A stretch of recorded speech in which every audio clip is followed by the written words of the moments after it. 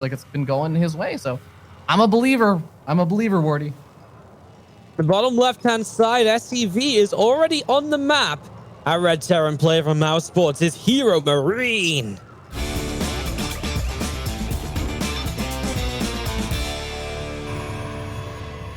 And in the top right-hand side of the map, we have the blue Protoss player from Team Liquid. It is Harstem.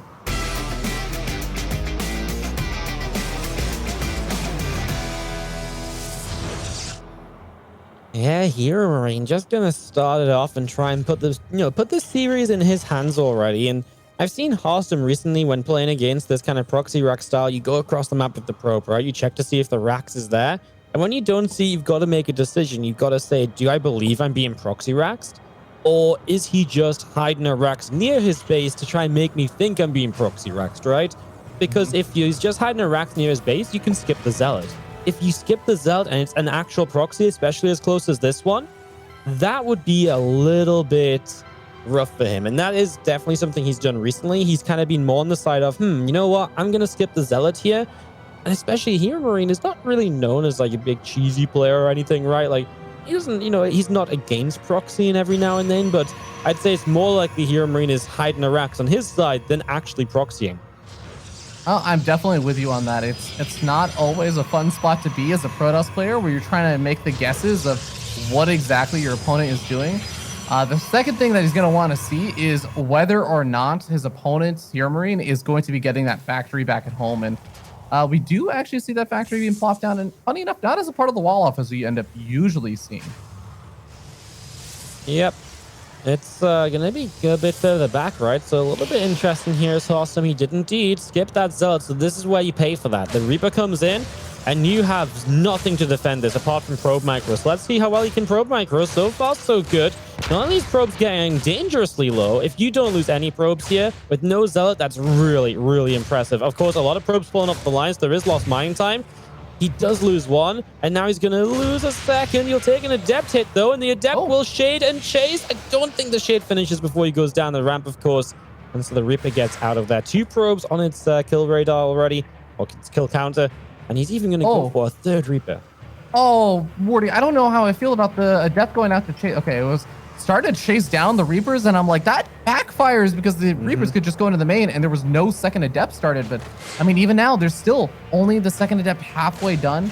Yeah. I guess HeRoMaRinE doesn't know how far along the second Adept is, so it is a bit dangerous to keep diving on forward. But I do actually think he could have moved in and got another kill and made it out of the live. I think the biggest thing about that second Adept being late here is the fact there's going to be a 3rd Reaper, right? And I love this because he's going to try and go up the he's going to try and go up the high ground. He doesn't get it. Now he's going to force this Adept to go recall home, and it does recall into the main, which he could chase. Yeah, I was going to say, what's he really going to do with it? There's no shield batter or anything. That Adept is actually kind of dead weight right now. Oh, Adept shades kind of forward. I thought for a second the Reapers might just try and dive past, but behind all this, the command center is finishing up on HeRoMaRinE's side of the map. He is producing Hellions behind all this as well. Ooh. That is a nice pick off, actually, for Harstem. I was going to say, actually, Harstem's had a bit of a fortunate defense against this because the fact he killed the first Reaper was because HeRoMaRinE was being a little bit inactive with it. And obviously, you don't usually build 3 Reapers. If 3 Reapers are there against that late second Adept, I really think there's a lot of potential for damage. So Harstem would get rid of one, really scared off the others, and it was another mistake to lose the next one. Now you've lost one Adept, but you've got rid of all 3 Reapers. I kind of like it. And yeah, okay, you've got a couple of Hellions coming across, and that's dangerous. Medevac coming over to drop them. Obviously, this is kind of a whole new kind of factor now. This doesn't really come off the Reaper setup, but he has the units to defend this. It's just about getting them in the right positions, continue to warp in an extra Stalker. If Harstem defends this, I really like where he's at. Defending it is a little bit easier said than done, though, especially with the medevac there to drop things out. Because remember, it is the Adepts that were made earlier, not the Stalkers. So you don't have a whole lot of defense against the medevac itself. And now you end up seeing that these Hellions are just going to be running rampant over here in this main mineral line. Love the pickup over there to try and get over the force field. Jumps in on top of some of these probes that are still lined up. A lot of these workers are already just disappearing before our very eyes, Wardy. Oh my God, 3 Hellions still survive and 13 workers killed. That is way more damage than I think HeRoMaRinE even needed. Yeah, absolutely. 13 probes is on the scale of what do you do as Harstem to get back in the game now? Like, you're playing from behind. I actually like Harstem setup typically to maybe go and counter damage here because you've got a Robo, you can get a Prism quickly, but it's a huge map and he's not setting up for the Prism just yet. In fact, he's just floating a chunk of money. He's going to drop a Forge and a Twilight, so he's just going to try and macro out of it. But from a probe deficit like that, it's going to be rough. Okay. Even if you get the kill on this medevac, I'm not sure it's that great for you as Harstem because those Hellions are kind of dead weight anyway now. Yeah, I mean, sniping off the medevac would not even things up, but it would start to at least bring it a little bit more back in your positive favor. I like this little micro over here from HeRoMaRinE. He's going to end up buying enough time to boost over to the dead airspace. And now he can just sort of force Harstem to leave a bunch of his stalkers between those two little cliffs. And, well, it's just a bunch of wasted time that Harstem could have maybe been poking around the map. I mean, it's not like there's going to be stim or a bunch of siege tanks on the other side of the map right now. They are actually now just starting to move out, though. I mean, this is obviously dangerous as well, right? Because HeRoMaRinE kills so many probes. Harstem, with this push coming across, all of a sudden can't really just fully focus rebuilding probes. He's got to make sure he's got an army that can contest this. Charge is nowhere near done.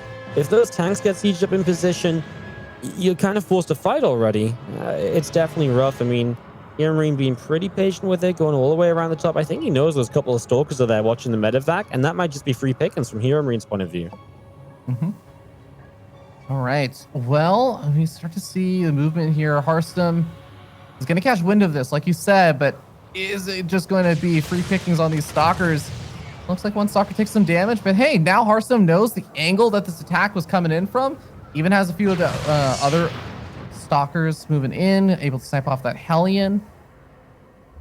Yeah, it just back off. I think it's an attack where HeRoMaRinE never really wanted to fight anyway, right? He just wants to scare Harstem into making sure he's trying to defend in case a fight happens. Because from HeRoMaRine's point of view, he's getting extra racks on the way. He didn't quite have the upgrades already. You know, he has the upgrades basically when he started back away from the top side. But if you don't have them ready, if you don't have them ready until then, if you do siege up the base, you're not fighting with stim or anything. So I don't mind HeRoMaRinE just backing off because now it feels like he's got even more potential to come around. He saved those Hellions, he saved the medevac, right? So it's an extra medevac in this army as well. It's a medevac where your army, it basically allows him to drop to the top while keeping healing on the army on the bottom side. He'll come and clean this pylon out. Harstem will see it. It's the Hellions that are going to run by their natural and the drop in the main. That's really going to be the scary part of this. Oh man, the scan comes down at that third, so that should be a big reveal to Harstem that this is happening. Oh, the stalkers just walk past all of the Hellions because he is on a beeline to try and help defend his third base. But now these Hellions are actually getting a decent amount of damage done inside that main base, as the third base attack is also getting rear in the gear. And Widowmine's already set up. He's pretty far back though. I really thought these siege tanks would siege up on the other side of the rocks, but it looks like he's playing it really safe right now. He scans this and he's like, oh, I'm going to stim for him. Like, with the tank so far back? I'm not sure what he was going to try and target down on anything with the shield battery there, but yeah, he is dropping into the main base. That gets cleaned up quite nicely, at least, as Harstem will have a few zealots with that charge now. If he gets the storm, then great, but that's still, halfway done? No chrono boost on it just yet. Maybe he wants to save some energy for that battery overcharge as well. Good start in force fields, though. The Immortal there against Marauders. It's not a bad fight. Yeah, nice to pull back also with the Zealots after identifying that there are some Widowmines over there. Did want to just end up eating a bunch of those Widowmine hits. And now the Zealots on the other side of the map going to try and get some counter damage done. One Marauder did rally on in. A couple of Widowmines are also over here that should be able to clean up some of these Zealots. But hey, that War Prism is still alive and has the potential to continue doing damage. In the meanwhile, Harstem has bought enough space that he is able to push across the map himself with Storm now done.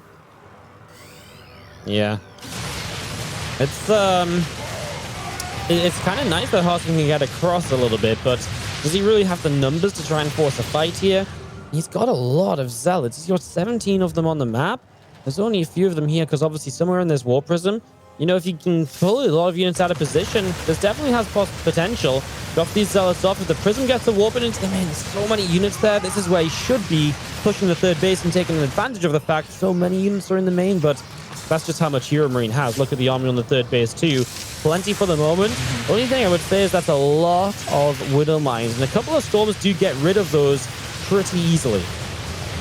Yeah, man, those EMP is hitting a lot of the High Templars. There's only a few Storms even left over. The feedbacks are also all right, and there finally we're starting to see one or two good Storms coming on, Alf, but I do feel like HeRoMaRinE is just pushing Harstem so far back in a situation where Harstem really wanted to get some damage done. And my God, that HeRoMaRinE count. Yeah, the HeRoMaRinEs are terrifying. There's no way to get rid of them. Harstem just doesn't have enough here. The commitment of the Prism into the main, it just wasn't worth it. It didn't do enough. It really found barely anything. A couple Marine kills and didn't even really slow HeRoMaRinE down, as now HeRoMaRinE just setting up HeRoMaRinEs very aggressively all the way across the map. And I mean, Harstem's kind of preying on getting some disruptors here to make something happen as he drops the battery overcharge. But HeRoMaRinE just comes stimming on in, and these Zealots, well, they're running into a minefield, quite literally, for your Dragon, with tanks to support it as well. I mean, even the battery overcharge is having trouble keeping units alive. I love the EMP saying, stop healing yourself, and eventually is able to break on through as the battery overcharge does finally disappear. A disruptor shot does come out, but does not land the magnificent shot he really needed to keep this base alive. And losing this base is very well going to mean losing the game. GG. HeRoMaRinE takes the first game. Can I change my prediction? You know, this I was thinking that too.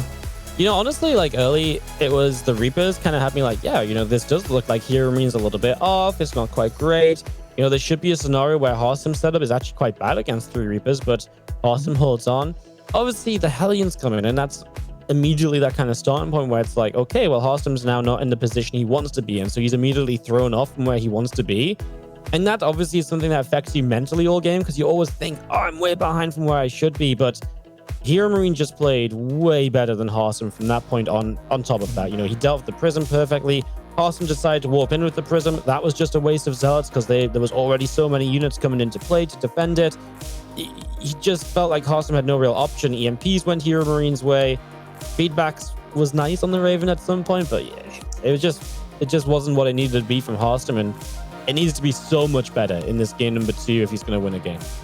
Yeah, I'm really hoping Harstem can kind of pull back some of the really, really top-notch play that he's shown in some of the other matches during this group stage and during this round robin.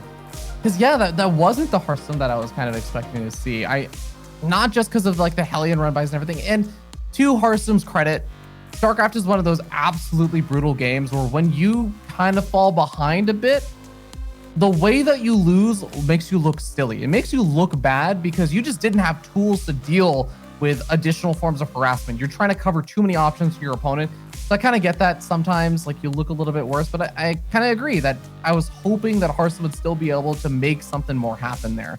And I think the War Prism in the main base, it was a nice idea. But yeah, you're right. I would have loved to have seen like a push into the third. But the Siege Tank's already sieged up there and everything. It felt like he didn't have options anymore. Well, I'm going to jump into Death Orb for map number 2. It does just feel like Harstem needs to... Honestly, though, it's one of those things where, yes, I'm going to say Harstem needs to play better than he did. But I totally think that if he just gets off to a start where he doesn't lose the 13 probes, and it's not just in a, oh yeah, he's behind sort of way. It's like, that loss, I think, affects how you then play out the rest of the game as well. And it's a big confidence boost to HeRoMaRiNE. These guys are very momentum based. You know, if HeRoMaRiNE thinks he's better than everyone else, he beats everybody, right? Yeah. If Harstem's playing his game, he's laughing, he's like bopping along, he plays his game, right? So it's very easy, I think, for this series to swing, depending on what happens in the first 3 or 4 minutes of this game even. I couldn't agree more. I think that it's very much so a momentum-based thing. And we'll see, because right now, HeRoMaRiNE has got some of that momentum. And we'll see as we move into the bottom right-hand side of the map. Top of that red Terran player, he is HeRoMaRiNE. Hitting up 1-0. In the top left-hand side, Team Liquid's Harstem.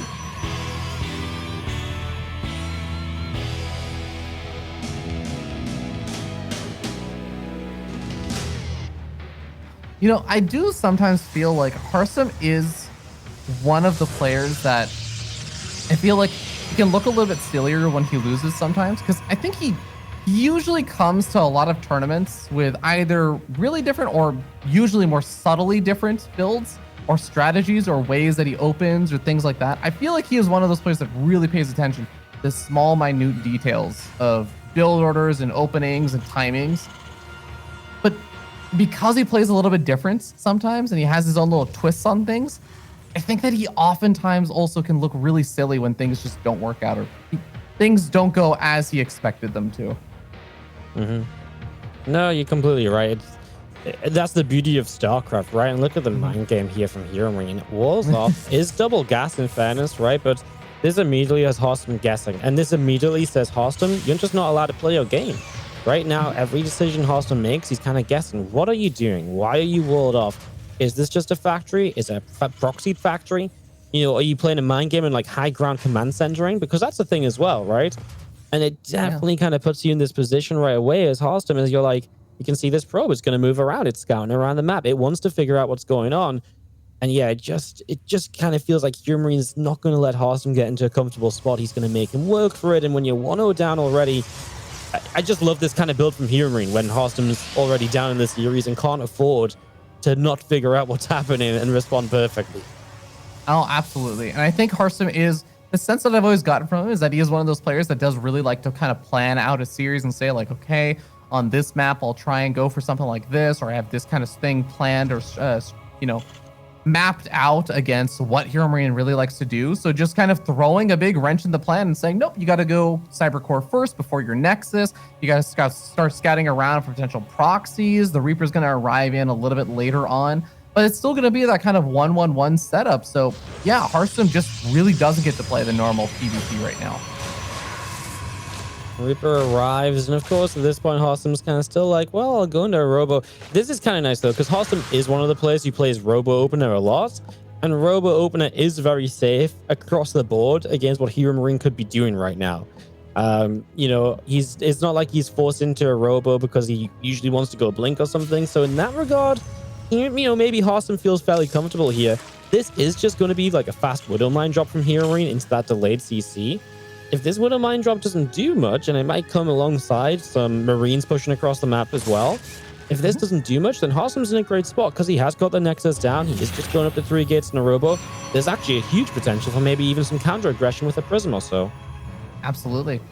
He's even getting that kind of wall off set up at the front, so ready to deal with like Hellions or something if they came on by. The Reaper is also going to get chased back by the Adept. So I think there are a lot of things that are actually going pretty well for Harstem, despite the fact that he maybe was thrown off his original game plan here.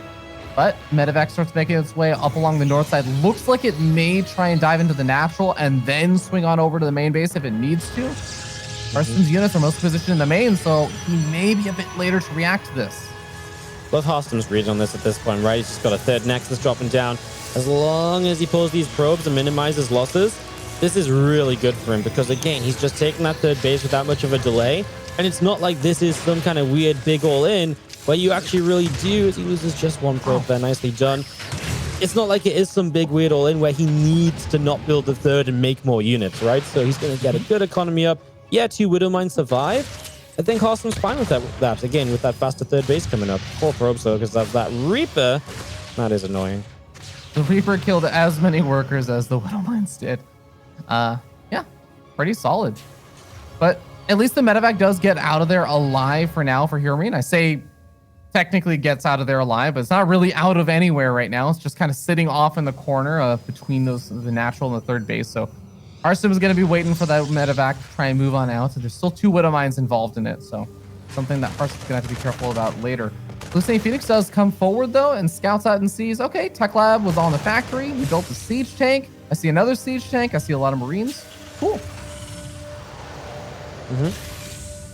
Yeah, just going to be having the Raven coming in as the next little swap of this. There's so much dead airspace on this map. And it makes this kind of harassment-heavy opener work really well, even with the observers. Well, if the Raven just sits here forever and just waits and waits and waits for the opportunity.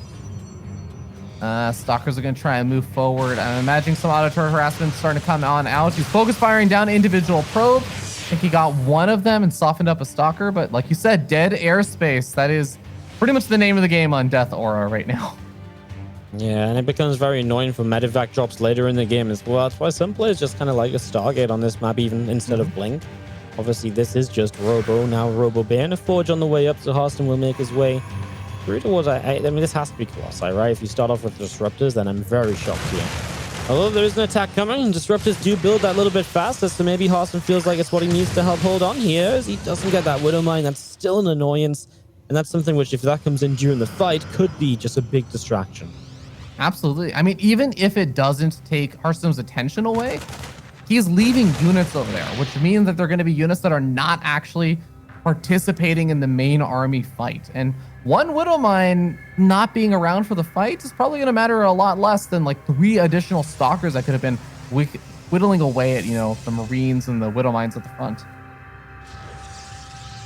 And that combat shield and stim about to be done. There is a CC behind this, but there will definitely be some pressure from HeRoMaRinE. Will probably look to try and force the siege, especially against one Colossus. Those couple tanks, they can actually push that Colossus back pretty quickly because it won't have extended thermal lens. So if you target fire it, it gets in trouble real quick. And then, are you even getting much use out of that Colossus? That's the question we asked. Widowmine in the third base again is going to drop down, and again, just one probe. And that will be the end of the Widowmine now as the medevac makes its way to join up with the army. But there's another Widowmine drop heading to the main. Have to keep our eyes on that, and it's going to pull Harstem to the side a little bit just as the siege comes up on the third base. Those Widowmines get burrowed. The bio army fighting here. The Liberator in the back. Oh no, 16 probes go down already. That's not what Harstem wants to deal with. The Ravens in the natural. HeRoMaRinE is in more bases than exist of Harstem, it feels like. Oh, this is brutal right now for Harstem. He has to completely shut down this push, but the stations are keeping him too far away. He doesn't have thermal land, so he has a hard time narrowing the distance over here with the Colossus. He's finally jumping in on top of the army, but it is a really, really light pounce right now. Finally, the Colossus is getting some value here. He is starting to clean up, but he lost so much in the process, Wardy. Wow. I mean, this was honestly just sick from HeRoMaRinE. Raven dropping auto turrets in the natural. Widowmine drop main. Lib on the third. Push at the front.